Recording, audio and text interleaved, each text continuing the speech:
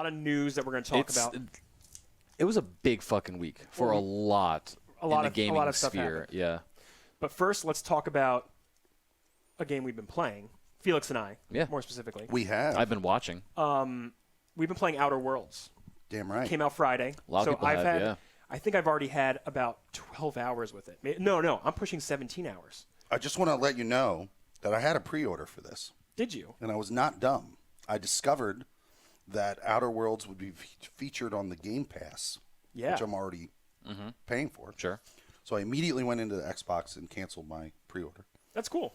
Well, it was able to play the game free on the launch. And it's funny, though, but I think this is one of those games that's like worth buying just because of I the agree. Quality of it. I would have bought it anyway. But I too did Game Pass.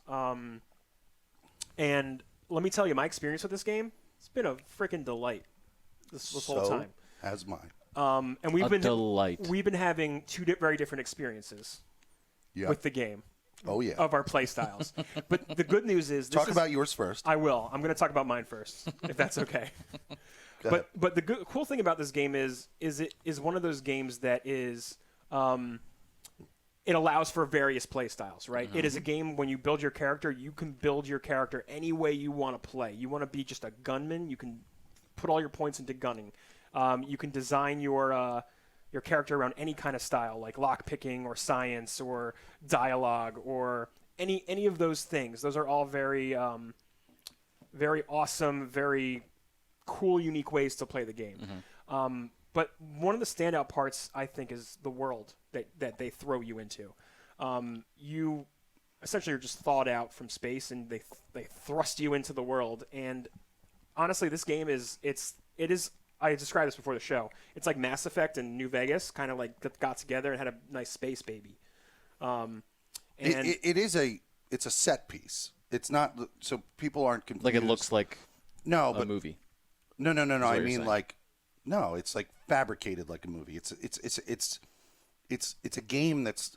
It's not like No Man's Sky. You don't want to get that impression. Right. You don't want to think that it's just like this world. It's your oyster. You can go wherever you want. Yeah, it's designed for very specific experiences, moments. It's designed to like play a certain way. Sure. Things are where they are. Right. But in a certain way, to like a point, though, because I think most of the player choices and such comes out of how you interact and how you choose to interact with all the different like world elements.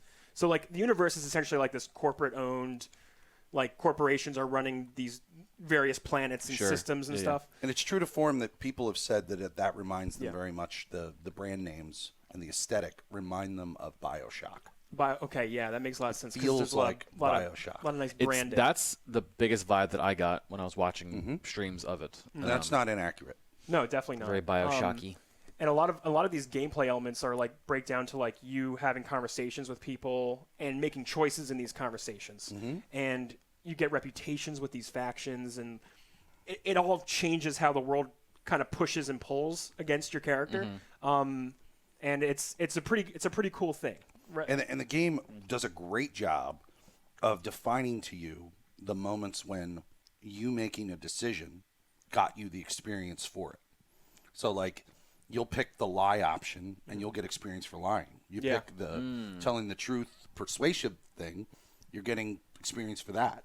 You're getting experience for other decisions, that I might have made. Everything you do earns you skill. Pretty much everything in what you're doing builds a character in a certain way. So you can essentially decide to make your character a bureaucrat from the beginning whose main flaw is only lying. Right. And just have the character lie through and earn enough experience playing that track, and it feels rewarding to do it that way. Sure. As much as it feels to be the great character who does everything great. And there's a lot of gray in between all those things. Like, because you can play it as loose or as hard as you want, like just being evil or good or chaotic or neutral or whatever. Well, there's a whole thief track, not where you don't specifically pick a class of thief, but you play those attributes of the character more. And you're going to build towards your thieving experience. Like I'm assuming you can pickpocket and stuff like that. You can't until you've done it enough. Until you get good at it. You have to level up your lockpick. Saying the mechanic is in the game, right? Yeah. It is. And then you get it high enough, you can be like not be detected. Sure. And the way they actually like weigh out your stats, it's kind of cool because at first you every time you level up, you'll put points into melee, gunning, and those are all like kind of like a grouping of sorts. Mm-hmm. But like, let's say you want to improve your gunning, you level that up to 50 points. Let's say I think that's all of them if you level them to 50. Because at first you level them all. Then once you hit 50 points, you have to specialize even further. So then you'll be dumping more points into like, I like handguns better, so I'll just dump into the handgun instead of the long guns or the science weapons. You can like, that's just an example. So then that's even like further specialization of like what you want to do with your character.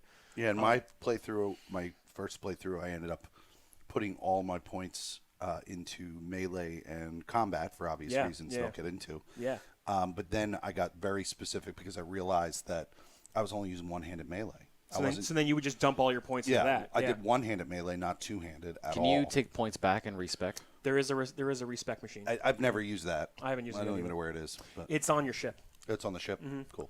I saw something interesting as I was watching a playthrough of this. This player got a message from the game that said, "You've been permanently maimed." Yeah. And you can choose to accept this permanent, like 20% reduction to all of your skills in exchange for a skill point. So it's you get These flaws. are called flaws. They're flaws in the game. For example, I ran into this flaw. I took too many drugs, so I became an addict. That's so the obvious as a flaw, right? That's just an easy one to get. Sure. You can get like a broken leg if you take fall damage too much yeah. too.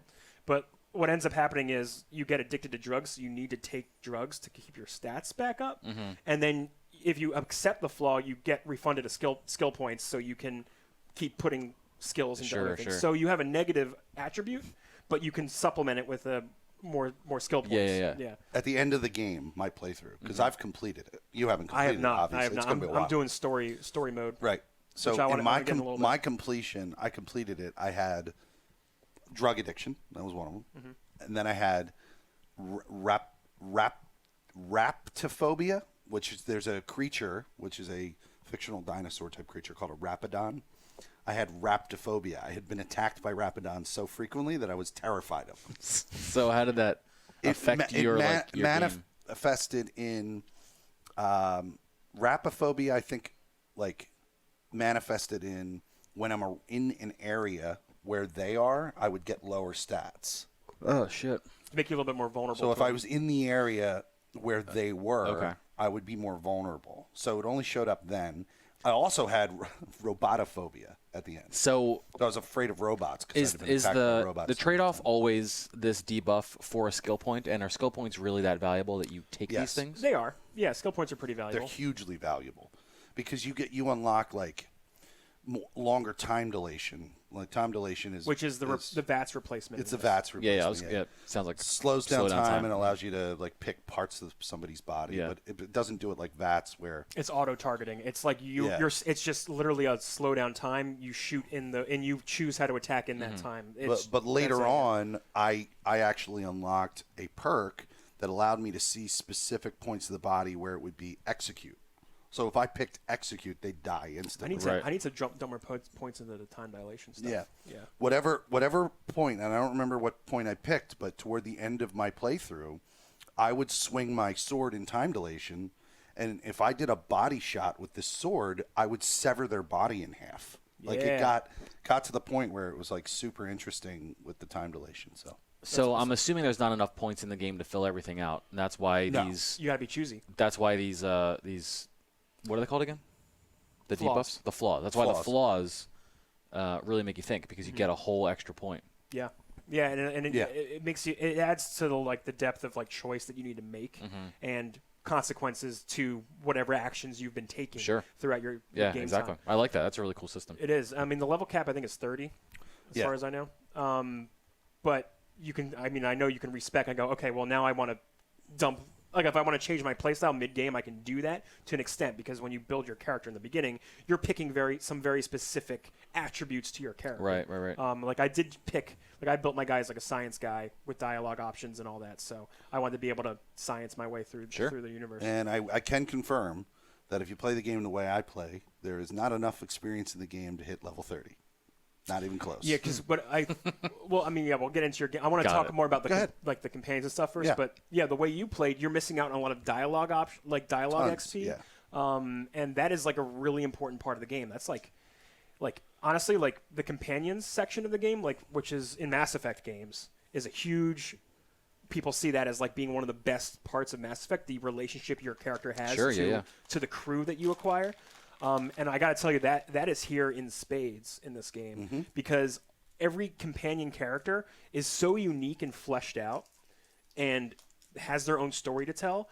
Like, for example, two of the first characters that you meet, there's a Vicar.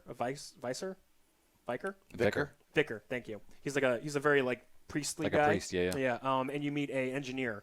This female engineer. Yeah, so adorable. Honestly, I don't even know where you meet companions. By talking to people. Right. just saying. Because right. So what ends up happening is when you get companions, you can have 2 tag along with you at a time. And that's pretty cool. In conversation, they will, depending on who you're talking to and how you're talking to people, they'll also jump into the conversation and have their own input. And they will also contribute to whatever is going on in the conversation. So they're not just like they're not a bunch of like wooden planks just standing around. They have their own personalities that they inject into. They help your story take a unique spin. Exactly. And then depending on who you take with you, like for example, there's one character who like is completely anti-corporation. So anytime you're talking to someone in the corporations, he'll talk back to them constantly start fight and wants to start fights. One person like the Vicar. Vicar. Thanks. Vicar. I'm sorry. It's a word from English. Yeah. Whenever you're talking, he's all about order in the universe, and he's all about. There's always an explanation for something. We follow the teachings and blah blah blah. And he's also very science driven as well, which is a very unique thing for religious based guy. But he's always about finding the answers. So like he'll always pop in with like comments like. If you like lie or go crazy with like a conversation, he'll pop in and go, I don't know if that's the right choice. Like I think that's not the way to go, Captain. Yeah. Like he'll say things like that, and he'll play up his personality in those moments. And they also have their own story quests that you fulfill, and it helps you get to know the characters a lot better. And honestly, by far, it's the strongest part of the game. Just the amount of dialogue and choices and combinations you can pull out with these characters. Not to mention, they're pretty fun to pull off in combat. Sure. Because they all also have like unique fighting styles and special abilities that you can like in Mass Effect, you can I know in Mass Effect 2 you could like trigger your teammates' abilities during combat. Similar thing here. You can trigger their abilities in the middle of fights. And some characters have their own talent tree. Or no, they all have their own talent trees, which will also benefit you in, let's say, dialogue. Like the Vicar will also improve your dialogue skill. Thanks. I know I nailed it. You did it. The female engineer I told you about, I can't remember her name right. Pravarti, I think her name is. I want to say. Pavarti. Yeah, that sounds right. I only learned that because I watched your stream. Oh, I'm cool. sure. That's right. I'm sure yeah. she didn't make it. When she's in your party, she will increase your engineering and science skill because she's really good at that. And you can also give her like a threat generation or threat reduction. So you don't you just want them DPS, like you can apply that to them, nice. Or you can have them take in all the threat, like in a MMO style game party, like a tank. Yeah, thank you. So yeah, those like honestly, that to me has been like the most fun part about it. Just like living on the ship, doing the Firefly thing, where you have like these really unique characters that all have these very unique push and pulls with each other. That ship super reminds me of the Firefly ship. Yeah, just the way it's like laid out and designed. Just the interior design of that. They were like, let's take the set from Firefly and make it this ship. Yeah, that's more or what less. they did. That's pretty cool. Feels a just lot of like the game is like very Firefly-like too. Like I've come across like a Western style town that's very much like it looks like a Western set almost, but it's like on an alien planet, so it's all like weird. You're not talking about Edgewater. I'm not talking about Edgewater. I'm talking about one of the other planets, which, by Felix, you can't access unless you do the mission to unlock the key to get the landing pad for it. Yeah. Yeah. Felix, do you want to just talk about how you how played you the played game? this game? Because you can't do a lot of things, and you're missing out on some some pathways here, and I'm sure people are There's curious. so much of a game I missed. I as just to feel what I feel you've done. so horrible. I mean, like, I'm glad you're enjoying yourself, but like every time you talked about it, like in Discord or on Twitter or whatever, I'm just like, Felix, you're missing out on like the bright spots that this game is offering, and you're just gliding right over it. No, see, the bright spot is that for him, and it's just filling his heart with joy. It just hurts me. Hey, because this is such a well-designed game. I'm not a one-trick in all pony. these respects. Okay, I'm not a one-trick pony. I'm going to play through the game again. I've already said that. Sure. What did you do? Well, I know Obsidian, and I discovered by mistake with Fallout New Vegas. Mm-hmm. When I was playing Fallout New Vegas, I discovered and realized when I went on a shooting spree that the deaths that took place in New Vegas, was essentially the capital of that whole game, were all permanent. And I went, it's permanent. This is cool. I can be a murder bot. I can kill everything here. Mm-hmm. And once you killed everyone, what's left though? Hold on. So once discovering I could do that, I was like, I want to test the limits of this whole system. Like, can I break this game? Now with New Vegas, you could. And here was the one aspect that you could break by doing this. You lose access to all shops. There was no vending machines there might have been, but I can't recall there being major vending machines in New Vegas. And when you went through, you could play all of New Vegas by shooting every character and killing every faction. And the one quest you could never kill was the robot in town, who would just, if you killed the robot, he would just show up again in another robot. He's like, I'm a program that just got re-downloaded. You can't kill me. That's weird. No, it was perfect. Perfect design. Sure. I didn't know. I know who you're talking about, but I don't remember that. They did that, and as much as they made the game for what you played it with, which I totally agree is a great way to play it, and I'm going to play it that way, they also designed it to be exactly like this. They wanted to see if they could make a game with New Vegas originally where somebody could kill all the threads in the game and not break the game. And the one thing that New Vegas... What do you count as breaking the game, though? Breaking the game is what the one time it happened... Well, okay. Before I get to that, let me let me just explain essentially what I thought was most broken about Fallout New Vegas. Fallout New Vegas, I couldn't go to shops after I killed the shop owners. I couldn't trade. But that makes sense, though, because you you killed them. Yeah, right? you killed them. So there was no way of, other than killing people, of getting new supplies and replenishing myself. Mm-hmm.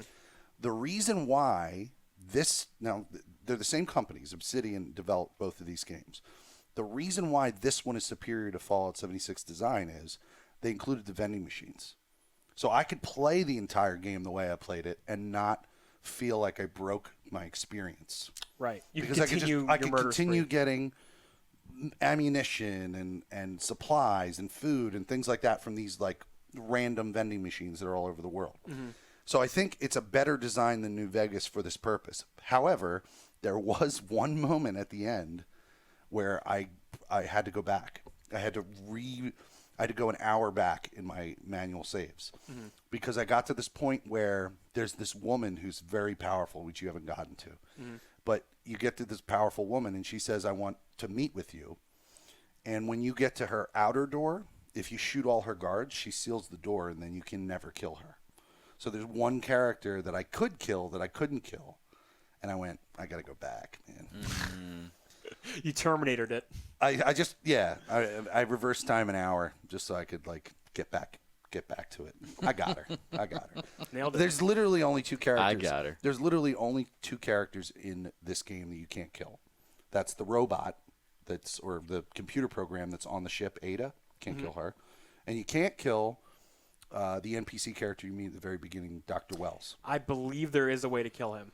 There might be, but not in the all murder playthrough. No, because when you see him the next time you see him, he's behind bulletproof. He locked himself in a room when you go to his space station. Mm-hmm. He's like a main character. You can one of the cool choices you make are you can turn him into the corporations because he's wanted. Yeah. Or you can lie and say you don't know where he is, but you do know where he is because you're working with him. Sure. I turned him in. He didn't get killed. He probably would have. My guess is he probably stopped. I don't want to spoil it for you. My guess is he probably stopped working with you because he found out that you turned him in. That's just my guess. Don't guess. I won't. Just play. I will play. I'm going to continue playing.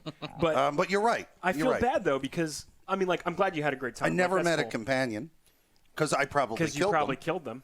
Yeah. Right? You're saying the vicar was somebody who could be a companion. Yeah. I remember you do missions for him. I went at it for 20 minutes with that vicar. Oh my God. I buckled down in the vicar's that was a great place to do a shootout church, too. yeah. Because I was behind his pulpit, and I was using his defense. Shot him, and then 20 people from the city came in to shoot me. Cool thing that they have is they have. I noticed that if you play a normal playthrough, you can actually improve this. There's a cower feature. Yeah. That if you get crazy enough on somebody, they actually cower. I believe that's like a dialogue bonus. Right. Yeah. Right. So I started putting points into the dialogue bonus when I didn't even think I needed to for my playthrough. Mm-hmm. I was like, no, why would I need dialogue? And then I realized, if I put points into the dialogue, I get these people to cower faster. They get intimidated. They're more intimidated by my fearful persona of nuts, crazy, my Terminator. It made me feel like I was a Terminator. It was amazing. Pretty much, yeah. But there's probably a lot you missed and didn't see, planet-wise, too. Totally. I'll tell you the faction that is going to be the most difficult, whether you do it my way or the normal way. You're probably going to want to talk to them, not fight them. The Iconoclasts are the most armored motherfuckers ever, dude. Wait, really? Yeah. Because I ran into them. They're like a bunch of they're kind of like outcasts, kind of. They're kind of they don't like the corporate life, but they're their own but they're community. Armored up. They are really armored up. For the level I was when I got to them, I struggled with them for hours, dude. It's fascinating. It took me so long to get through the Iconoclast camp. I mean, obviously, killing everybody is not going to make people happy. Yeah, but really for instance, the other going to want to help you out, bud. The other group, they're in a cave. Did you go to that one yet? They're on the same planet.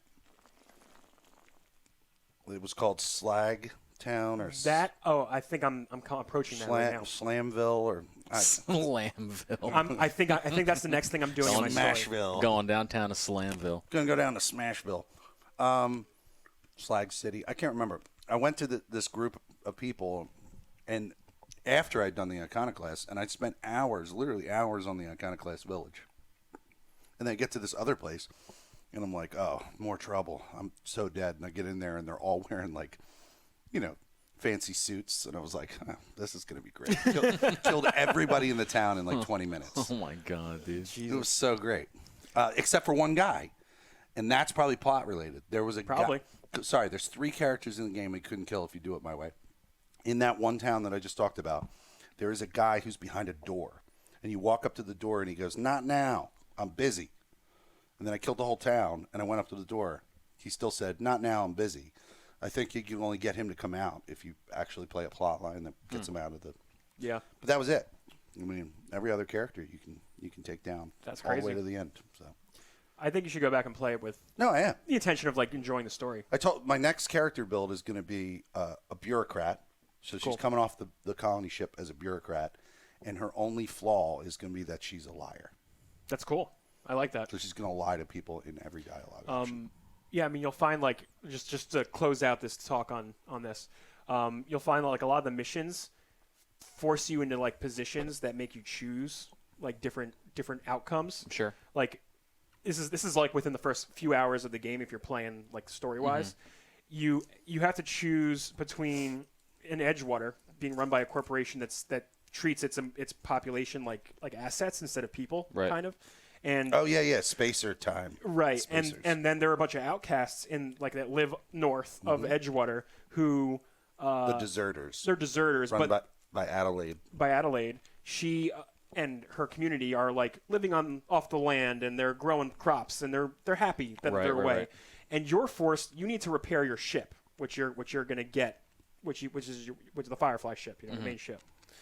And you have to choose. Well, if I pull the power from Edgewater, then all the people in Edgewater die, and the corporations takes a hit, but the people, right. Or I can take it from the outcasts. And there are multiple endings to this quest plot line. I'm sure, yeah, depending on what you've done, yeah. Yeah, and I think I picked the best morally straight area, which is like a boring way to play, but like at the same time, I'm like, okay, everyone survived except for the one dude who I took care of, and everyone lived. Are you talking about Hobson? Yeah. Fuck that dude. Fuck that dude, indeed. That was the best part. I figured out the way the game works is in the center there's always like a tower, and you got to take an elevator up to whoever the leader is. Figured that out like early on. I would go right to the tower, get the elevator, ride to the top, walk into the office. You in charge here? Boom, boom, boom, boom. Who's in charge here? Who's in charge? Not anymore. And that was it. And then it was like from there it was like cleanup. It was great. Hell yeah. All right. Oh, and dude, when you play it my way, I'm not going to. I know you're not going to, but I'm going to finish this playthrough. There's a and play Death whole bit of like when you finish the game, like different dialogue options. Not dialogue options, but like little blurbs about what happened to all the different communities because of your destruction. Oh, that's cool. That's cool, yeah. Yeah, it was really cool. Oh, that's exciting to look forward to. Well, you're never going to look forward to it because you're not going to play it how I played it. Oh, that's true. They'll probably still tell him how he affected. Oh, yeah. It'll probably be Yeah. like, You're going to get all that. Yeah. That's awesome.